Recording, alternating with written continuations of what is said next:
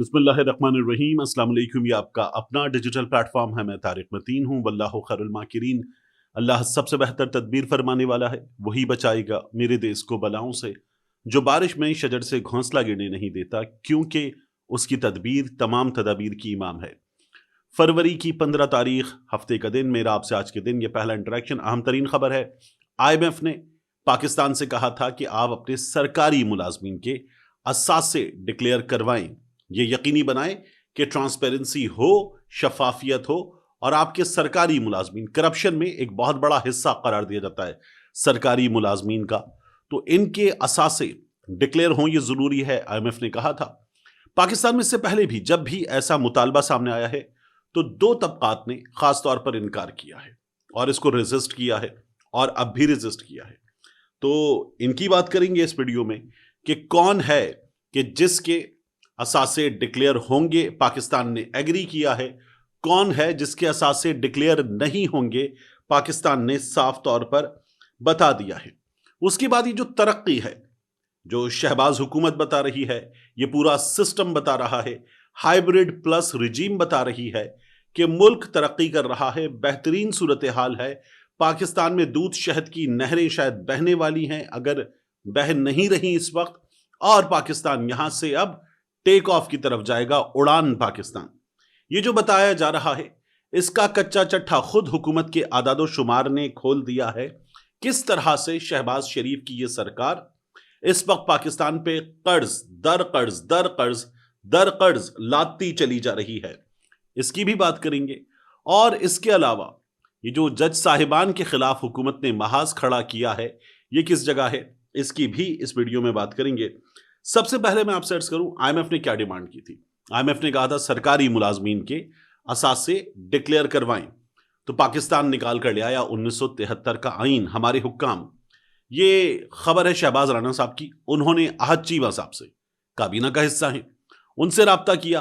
अहद चीमा साहब ने जो जवाब दिया है उसके हवाले से भी बात करते हैं। उन्होंने कहा 1973 के आईन के तहत, 1973 के आईन के तहत जो पाकिस्तान के सिविल सर्वेंट्स हैं उनके असासे डिक्लेयर किए जाएंगे। अब पाकिस्तान के 1973 के आईन के तहत सिविल सर्वेंट्स कौन हैं?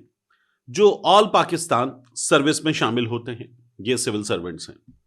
अब इसमें यह भी लिखा हुआ है कि जो सिविल सर्विस में विफाक में जिम्मेदारियां अंजाम देते हैं, ये पाकिस्तान के सिविल सर्वेंट्स हैं। ऐसा शख्स जिसके पास ओहदा हो विफाक के मामलात से जुड़ा, ये बाकायदा तौर पर 1973 के आईन में जो इंग्लिश में चीज लिखी उसका मैं आपको आसान लफ्जों में तर्जुमा बता रहा हूं। ऐसा शख्स जिसके पास ओहदा हो विफाक के मामलात से जुड़ा, वो सिविल सर्वेंट है। या वो भी इसमें शामिल होगा जिसके पास ऐसा कोई ओहदा डिफेंस से कनेक्टेड हो, ये सिविल सर्वेंट होगा। अब डिफेंस से कनेक्टेड का क्या मतलब है? जैसे आर्मी में होते हैं आर्मी के सिविलियन, यानी आर्मी में जो अकाउंट्स के मामलात देखते हैं, दीगर मामलात देखते हैं, तो ये आर्मी के होते हैं, लेकिन आर्मी के सिविलियन होते हैं। नेवी में होते हैं सिविलियन होते हैं, एयरफोर्स में होते हैं सिविलियन होते हैं, ऐसे बहुत से महकमे हैं, तो ये भी सिविल सर्वेंट्स में दाखिल होंगे। अब 12 महकमे हैं, यानी कि इसमें कस्टम से लेकर रेलवेज तक, डाक के महकमे तक, मुख्तलिफ महकमे 12 ये इसमें शामिल हैं जो सिविल सर्वेंट्स में शामिल होंगे। कौन शामिल नहीं होगा? दो तबकात मैंने आपसे अर्ज किया कि उन्होंने हमेशा रेजिस्ट किया है कि वो इसमें शामिल हों। वो दो तबकात अब की बार भी खास तौर पर शामिल नहीं होंगे।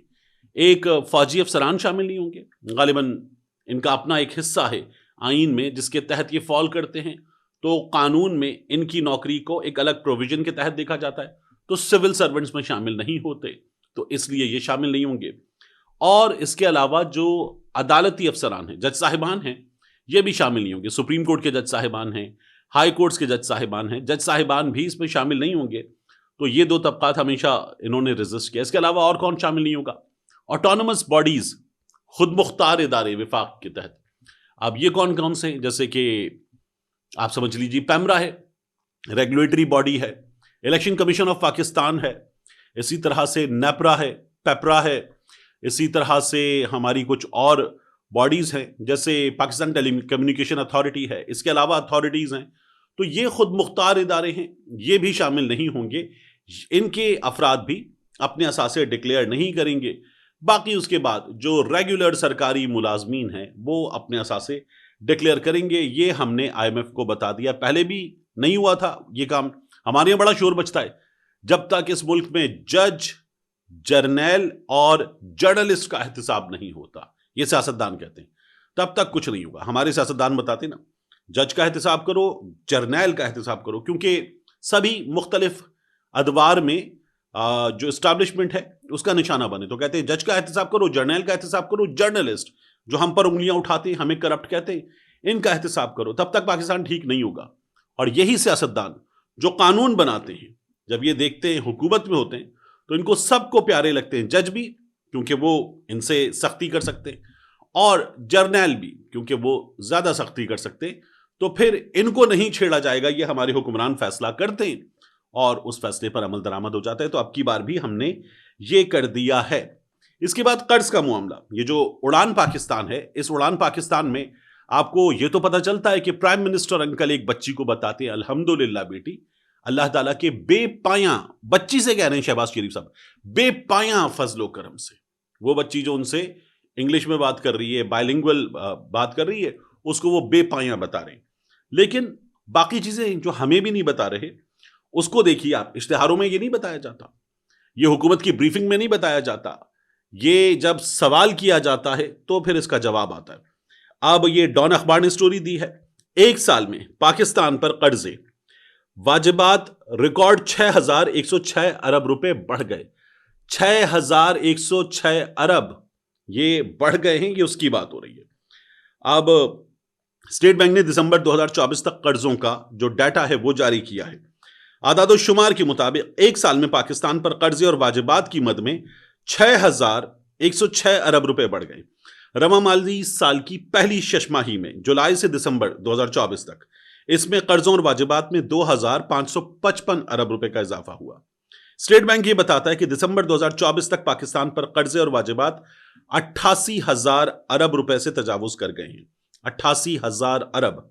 दिसंबर 2024 तक मुल्क पर मकामी कर्जा जो हम अपने बैंकों से लेते हैं, स्टेट बैंक से लेते हैं, यह था 49,883 अरब, ऑलमोस्ट 50,000 अरब। जबकि दिसंबर 2024 तक गैर मुल्की कर्जा और वाजिबात यह है 36,500 अरब। यह पाकिस्तान पर कर्जा है। डॉक्यूमेंट यह बताता है कि दिसंबर 2024 तक पाकिस्तान पर गैर मुल्की वाजिबात 3,262 अरब रुपए थे। अब यह हमें पता चल रहा है। अब आप देखिए कि इन्हीं दस्तावेज से ही पता चलता है कि पिछले साल दिसंबर तक क्या सूरत हाल थी। 2023 दिसंबर तक मुल्क पर कर्जों और वाजिबात का हजम 81,904 अरब रुपए था, जबकि जून 2024 तक पाकिस्तान पर कर्जे और वाजिबात 85,455 अरब रुपए हो गए थे। और जब साल खत्म हुआ है तो ये 88,000 अरब रुपए से ज्यादा हो चुके हैं। मुजम्मिल असलम साहब, खैबर पख्तूनख्वा हुकूमत के माली मामलात के लिए मुशीर, उन्होंने ट्विटर पे आके पोस्ट किया और लिखा कि आपको मालूम है कि शहबाज शरीफ हुकूमत ने दिसंबर के महीने में, सिर्फ दिसंबर की बात हो रही है, 1,300 अरब रुपए कर्ज लिया है। यौमिया 42 अरब रुपए कर्ज लिया है। हर दिन 42 अरब रुपए कर्ज। फी घंटा 1.75 अरब रुपए कर्ज लिया है इस हुकूमत ने। हर घंटे में 1.75 अरब, और हर मिनट में इस हुकूमत ने कर्जा लिया है 3 करोड़ रुपया, और हमने कर्जों में तरक्की की है। मुजम्मिल असलम साहब इन पे चोट करते हुए ये बात कर रहे हैं कि इस हुकूमत के कारनामे ये हैं। मैंने आपसे अर्ज किया जजेस के हवाले से सूरत हाल क्या है। राना सनाउल्लाह साहब ने कहा था कि 2 जज साहिबान पर, यानी कि मंसूर अली शाह साहब पर, मुनीब अख्तर साहब पर, यह हुकूमत रेफरेंस ला सकती है उनके कंडक्ट की वजह से। यह बात राना सनाउल्लाह साहब ने की थी। अब इरफान सिद्दीकी साहब, मियां नवाज शरीफ साहब की तकरीर लिखने वाले, वो कहते हैं किसी जज के खिलाफ फिलहाल, लफ्ज है फिलहाल रेफरेंस भेजने का इरादा नहीं है। इरफान सिद्दीकी साहब जो हैं वो एक टेलीविजन प्रोग्राम में बात कर रहे थे और उन्होंने कहा कि किसी जज के खिलाफ रेफरेंस फिलहाल ज़ेरे गौर नहीं है, आ सकता है, ताहम कोड ऑफ कंडक्ट की खिलाफ वर्जी पर मुस्तकबिल में रेफरेंस ना दायर करने की हम जमानत नहीं दे सकते। यही बात राना सनाउल्लाह साहब ने की थी। और वो कहते हैं कि सियासतदान तो वॉकआउट करता है, सियासतदान आता है ऐवान में, ऐवान से जाता है, वॉकआउट करता है, लेकिन ये जो जज साहिबान है ये कब वॉकआउट करते हैं। अब इरफान सिद्दीकी साहब, जो इजलास था जुडिशियल कमीशन का जिसके लिए बताया गया कि ये ना किया जाए, उससे जज साहिबान निकले थे, उसकी बात कर रहे हैं। वो कहते हैं जज साहिबान कब वॉकआउट करते हैं, ये इरफान सिद्दीकी साहब ने सवाल किया।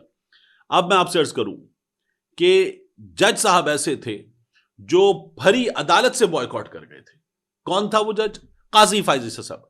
सिविलियन का मुकदमा फौजी अदालत में चल सकता या नहीं चल सकता, बदियाल साहब ने अदालत बुलाई, काजी फाइज ईसा साहब खड़े हो गए, अदालत के अंदर तकरीर करते रहे, बावज़े बुलंद तकरीबन चीख कर उन्होंने वो तकरीर की, और उसके बाद वो उनको जज साहिबान ने कहा बैठ जाइए, लेकिन नहीं बैठे, और फिर काजी फाइज ईसा साहब ने वो बेंच तकरीबन तोड़वा दिया, और फिर उसी रोज सब कुछ उन्होंने खराब कर दिया था।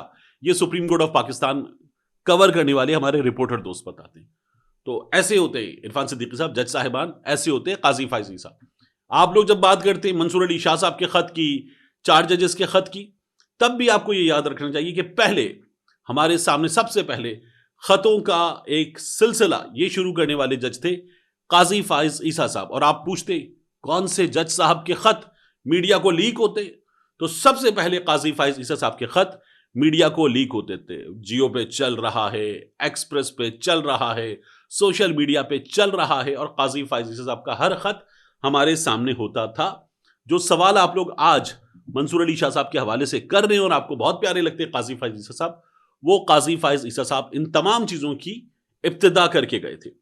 आखिरी चीज मैं आप सर्च करूं, हमारे यहां कुछ टेलीविजन एंकर्स ने गुज़श्ता 2-3 रोज में बार बार कहा है कि रूल ऑफ लॉ का क्या करेंगे, मुल्क डिफॉल्ट कर सकता है। पीटीआई वाले हर एक से लड़ाई कर रहे हैं, इन्होंने फौज से लड़ाई कर ली, पीटीआई वालों ने सियासतदानों से लड़ाई कर ली, पीटीआई वालों ने इदारों से लड़ाई कर ली, पीटीआई वाले अब अगर आईएमएफ को डोजियर दे रहे हैं तो पीटीआई वाले जो है वो पाकिस्तान के अवाम से लड़ाई कर रहे हैं। ये हमारे यहां सहाफी बताते, वो सहाफी कह रहे हैं कि क्या अचार डालेंगे रूल ऑफ लॉ का अगर मुल्क डिफॉल्ट कर जाए। ये हमारे सहाफियों ने सवालात किए हैं, पाकिस्तान तहरीक इंसाफ के लोगों से ही ये सवालात किए हैं। बात यह है कि मुल्क चलते ही रूल ऑफ लॉ पे है दुनिया भर में।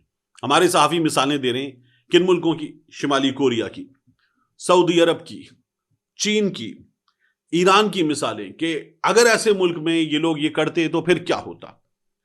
क्या हमारे ये जो सहाफी हैं जो शिमाली कोरिया की मिसालें देते हैं, ये अपनी छुट्टियां भी गुजारने जाते हैं शिमाली कोरिया, ये चाइना जाते हैं, ये तमाम के तमाम लोग जाते हैं अमेरिका, ये तमाम के तमाम लोग जाते हैं यूके, यूरोप, ये वहां जाके छुट्टियां गुजारते हैं क्योंकि इनको वहां का रूल ऑफ लॉ बड़ा पसंद है।